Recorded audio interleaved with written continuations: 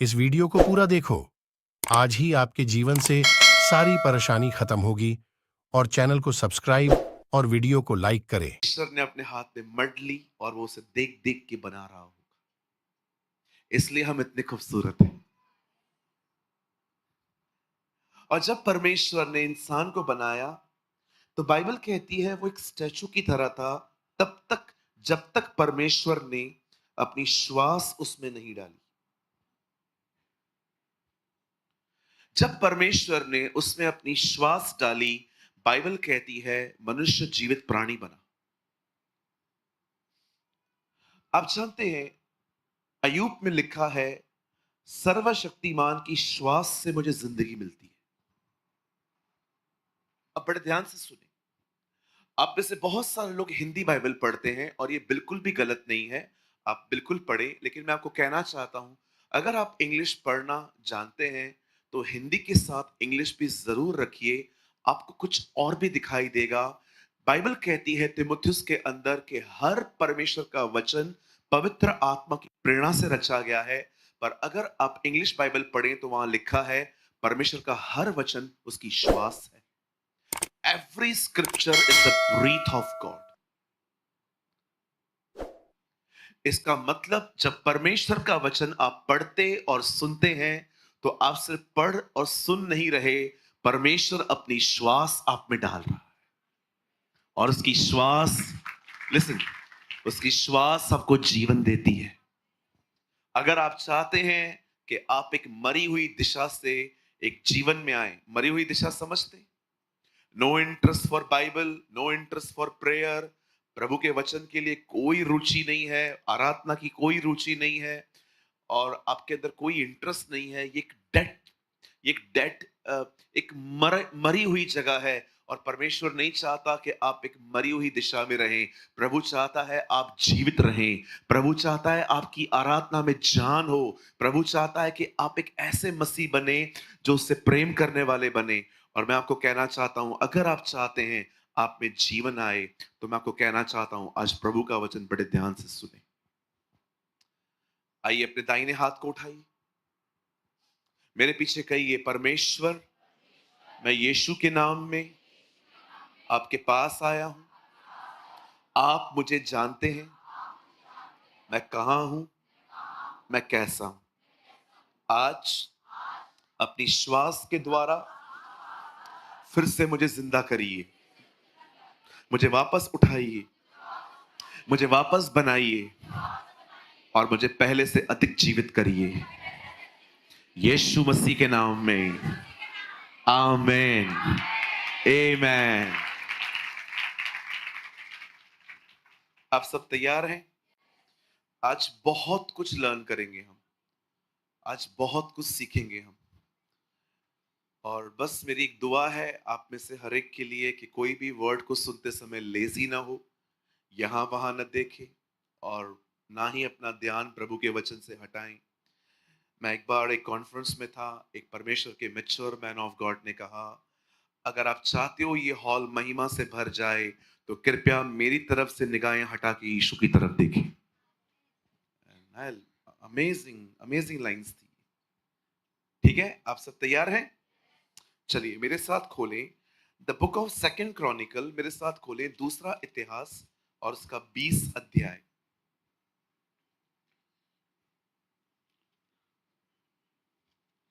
मेरे साथ खोलें दूसरा इतिहास उसका 20 अध्याय। अगर आप बाइबल लाए हैं तो खोलें, अगर आप नहीं ले आ पाए हैं तो यहाँ स्क्रीन पर आपके लिए वर्ड है। और अगर वहां के लोगों को नहीं दिख रहा है तो प्लीज अपने पास वाले को तुरंत शो करिए। लोगों को पता होना चाहिए कि जो कुछ हम बता रहे हैं ये हमारा नहीं है, ये प्रभु की तरफ से आता है। और प्लीज ब्रदर आप कोट करिए 20 अध्याय का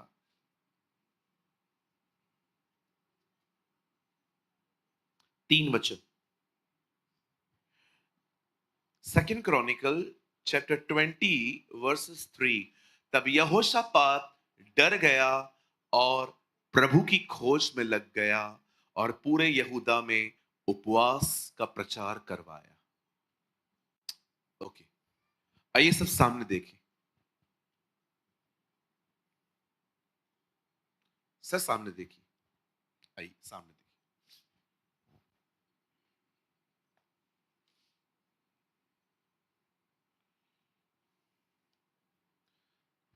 हमारी बाइबल में पुराने नियम में बहुत सारे युद्धों का जिक्र है। आप पढ़ सकते हैं, दाऊद ने गोलायत को मारा। आप पढ़ सकते हैं कि किस तरह यहोशू कनान में जातियों से लड़ते लड़ते अंदर गया। आप पढ़ सकते हैं कि कैसे इज़राइल के बहुत सारे युद्ध हुए अन्य जातियों से, और ये परमेश्वर की मर्जी थी कि कुछ युद्धों के बारे में बाइबल में लिखा जाए ताकि आप और मैं कुछ सीख सकें। याद रखिए, the Bible says every word is the inspiration of the Lord. हर एक वचन पवित्र आत्मा की प्रेरणा से लिखा गया है, और हर युद्ध हमें कुछ सिखाने के लिए रखा गया है। आज जो मैं पढ़ रहा हूं आपके लिए, आज जो मैंने स्क्रिप्चर खुलवाया है, ये एक लड़ाई हुई थी। लेकिन देखिए इस लड़ाई में हथियार क्या है और जय कैसे मिली है।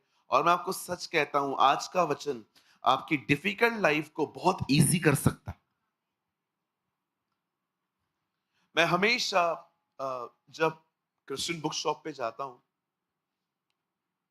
तो मैं ये नहीं देखता हूं कि कौन कितना फेमस राइटर है, उसने क्या क्या लिखा है।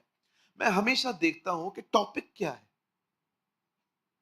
मुझे कोई फर्क नहीं पड़ता आप कितने फेमस हो या नहीं हो, मैं टॉपिक देखता हूं कि क्या जो टॉपिक, मतलब जो मैं ले रहा हूं, क्या वो मुझे प्रैक्टिकली कुछ सिखाएगा कि नहीं। बहुत सारी किताबों में सिर्फ नॉलेज है, ये यहां लिखा है, ये यहां लिखा है, ये यहां लिखा है, ये यहां लिखा है। वो हमारी डेली लाइफ को इजी नहीं बनाते। बहुत सारी किताबें ऐसी हैं जो आपको सिर्फ नॉलेज देती हैं। तो पास्टर आप नॉलेज के खिलाफ हो? बिल्कुल नहीं। लेकिन बाइबल ये भी कहती है ज्ञान एक व्यक्ति को सिर्फ घमंडी बना देता है। सिर्फ आपके पास ज्ञान होगा तो आप बैठे बैठे जज करेंगे, ऐसे ही लोगों को देख देख के ऊपर से नीचे देखते रहोगे। कुछ पता ही नहीं है इसको। ये एटीट्यूड किनको होता है? जिनको बहुत ज्यादा जानकारी होती है। सिर्फ ज्ञान होना सब कुछ नहीं है ना। आप में से हर कोई इस बात को याद रखे, परमेश्वर ने आदम को कहा था जिस दिन ज्ञान का वृक्ष खाएगा उस दिन मरेगा तू। सिर्फ ज्ञान होना, नॉलेज होना सब कुछ नहीं होता। हालेलुया। कितने लोग समझ पा रहे हैं? हमारे मुंबई में बहुत सारे लोगों को पता है लोग क्या बोलते हैं।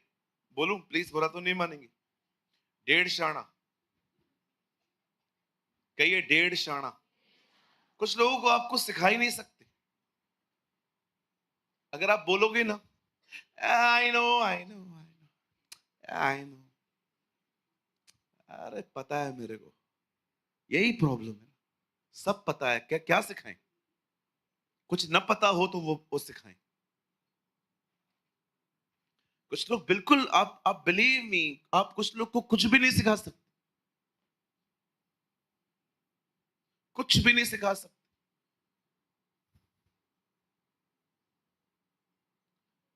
मेरी ओल्ड बिल्डिंग के नीचे एक अंकल रहते थे, अभी वो चले गए। वो पूरी बाइबल जानते थे, लेकिन 9 बजे के बाद बोतल खोल के बैठते थे। मैं जब भी 9 बजे के बाद उनके घर पे जाऊं, मैंने कहा अंकल आओ बैठो। अंकल क्या हुआ? अरे बैठ, अभी अभी बैठा हूं मैं अभी। लेकिन सुबह वचन बताते थे वो।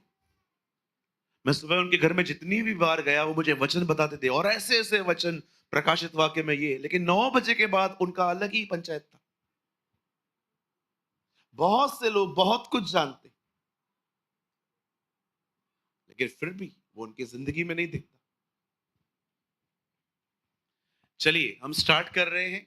मुझे आपका ज्यादा टाइम नहीं चाहिए, छोटा सा मैसेज है, बड़े ध्यान से सुन।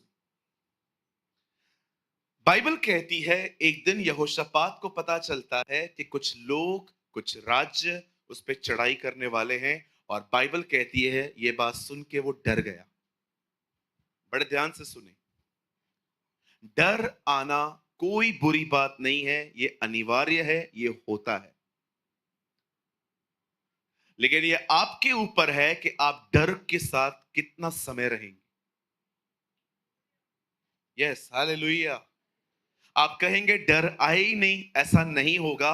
कुछ डर स्वाभाविक होते हैं, लेकिन जानते हैं बहुत सारे लोग जो होते हैं वे डर के साथ जिंदगी बिताते हैं। अगर आप कहोगे पास्टर मुझे डर लगे ही नहीं, ऐसा नहीं होगा। चलो एक बात बताओ, अभी दरवाजा खुले और अंदर तेंदुआ आए, यहां कितने लोग बैठेंगे? आप विश्वास कीजिए, एक व्यक्ति सबसे पहले पहले भागेगा और वो मैं हूं। और विश्वास कीजिए मैं इसी दरवाजे से भागूंगा क्योंकि वो दरवाजा दूर है। आप क्या उपेक्षा करते हो? मैं तेंदुओं के सामने अन्य भाषा में बात करूं? मैं आप बहनों से पूछना चाहता हूं, अगर यहां पर सांप आए तो कितनी बहनें यहां बैठेंगी? बोलिए। आप कहेंगे पास्टर प्रभु ने कहा है सांपों को उठा लेंगे। बहन तू उठा, आप उठाओ, घर ले जाओ, सब्जी बनाओ उसका, लेकिन मैं भागूंगा। कहिए प्रभु का वचन कुछ और कहता है। एवरीथिंग इज स्पिरिचुअल, हर एक चीज आत्मिक है। जब बाइबल कहती है सांपों को उठा लेंगे, इसका मतलब ये नहीं है कि सांप आएगा आप उसको उठाओगे।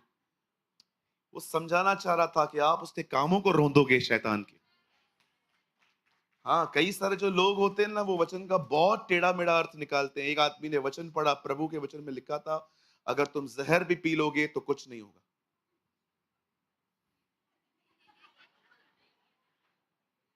अब आप घर जाओगे, आज मैं पीऊंगा, विश्वास कर आधे घंटे से पहले मरेगा। क्यों पास्टर? प्रभु ने कहा है नहीं होगा कुछ भी। बाइबल में यह भी लिखा है कि प्रभु को मत परखो। उन दिनों में गन और तलवार थोड़ा कम चलती थी। प्रभु के समय में लोगों को जहर मिला के पिला के खत्म किया जाता था। परमेश्वर उस बारे में बात कर रहा था कि अगर कोई तुम्हें पॉइजन दे देगा और तुम पी लोगे, तुम्हें पता नहीं था, तुम्हें कुछ नहीं होगा। जैसे साधु सुंदर सिंह को भी कुछ नहीं हुआ था। लेकिन आप कहोगे प्रभु तू महान सर्वशक्तिमान परमेश्वर है, मैं पी रहा हूं दुनिया को दिखाने के लिए, मुझे कुछ नहीं होगा। प्रभु कहेगा पी। जब शैतान यीशु को ऊपर ले गया तो कैसे ले गया? सीढ़ियों से। उसने क्या कहा? वो अपने आप को ऊपर से नीचे गिरा। यीशु ने कोई हीरोगिरी दिखाई? ओके, अरे वो तो खुदा था। वो कहता हवा मुझे सहारा दे दे, हवा सहारा दे देती उसको। लेकिन फिर भी वो जिन सीढ़ियों से ऊपर गया, उन्हीं सीढ़ियों से नीचे आया। कहिए अपने पास वाले को कृपया शो ऑफ बंद करें। हाँ, प्रभु को न परखें। मेरी एक दूर की रिश्तेदार है, मैं उससे मिलने के लिए गया। उन्होंने मुझे कहा मैं मानती हूं तेरा खुदा सच्चा है, लेकिन जिस दिन वो मेरा काम करेगा, ऐसे लोगों का कुछ नहीं हो सकता। कहिए पास वाले को प्रभु को न परखें। प्रभु दे तो प्रभु, न दे तो कुछ नहीं। ऐसा नहीं होता। मैं आप में से हर एक को कहना चाहता हूं, इस लेन देन के संबंध से बाहर आओ। परमेश्वर दे तो परमेश्वर, न दे तो वो कुछ भी नहीं है। मैं आप में से हर एक को कहना चाहता हूं, आप जब सुबह उठते हैं ना, अपने परमेश्वर से एक बात जरूर कहा करें, प्रभु मैं आपको धन्यवाद देता हूं, आपने मुझे अच्छे कपड़े दिए, घड़ी दी, जूता दिया, परिवार दिया, नौकरी दी। आपने मुझे हर दिन कुछ पैसे दिए ताकि मैं अपने परिवार को देख सकूं।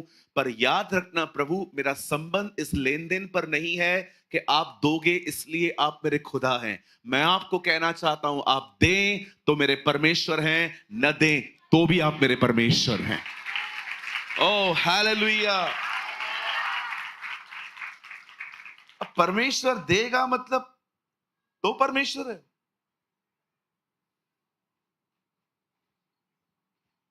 आपको क्या लगता है आप परमेश्वर की आराधना क्यों करते हैं आज? क्योंकि वो आपको कुछ देता है? कभी नहीं करनी चाहिए। It's selfish worship.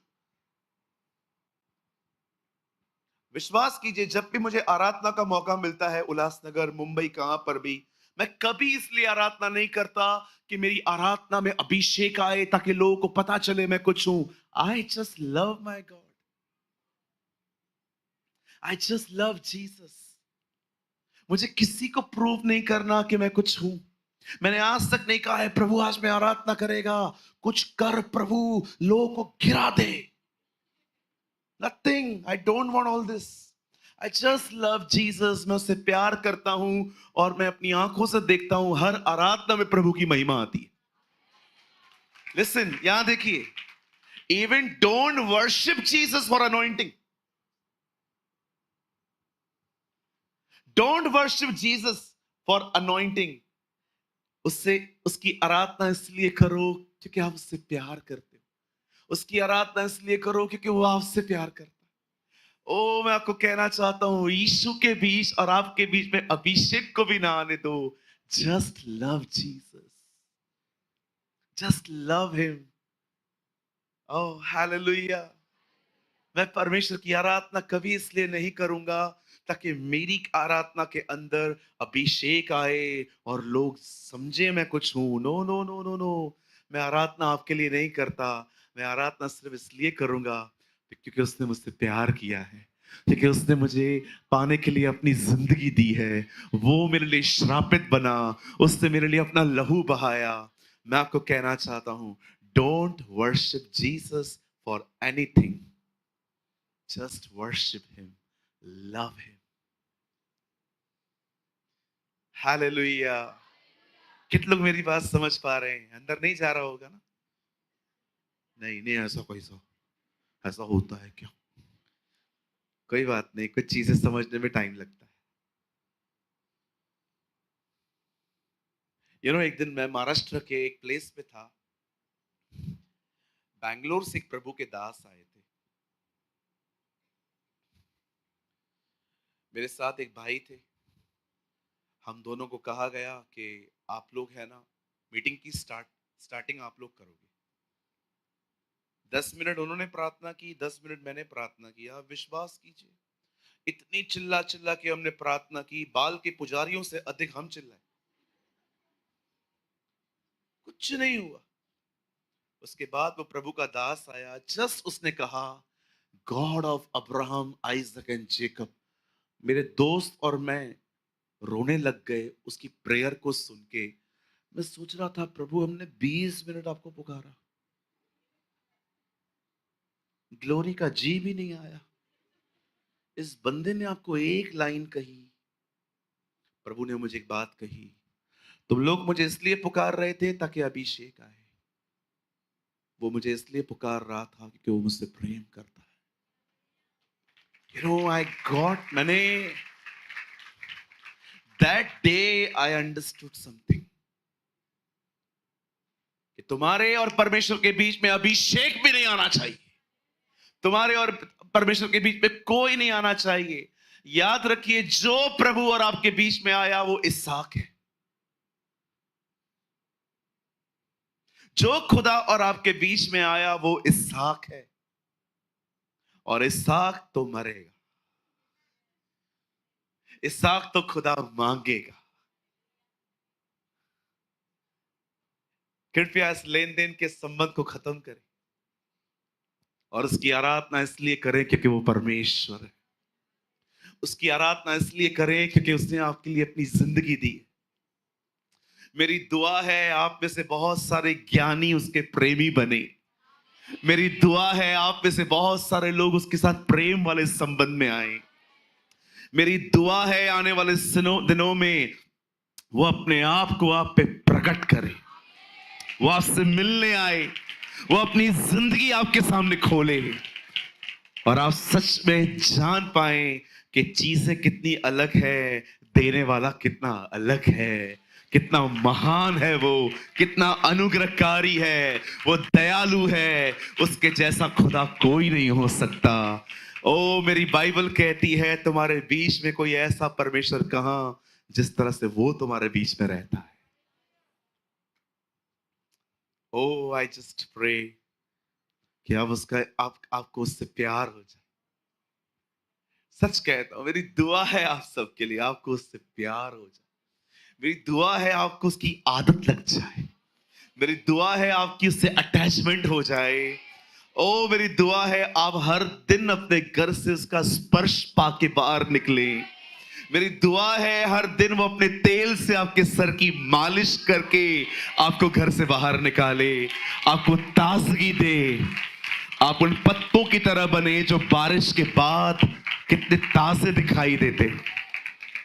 Oh hallelujah. मेरी बाइबल कहती है यहोशापात डर गया। He was afraid। और जब वो डर गया उसने क्या किया?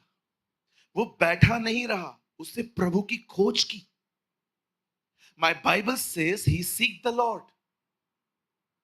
यहां देखिए,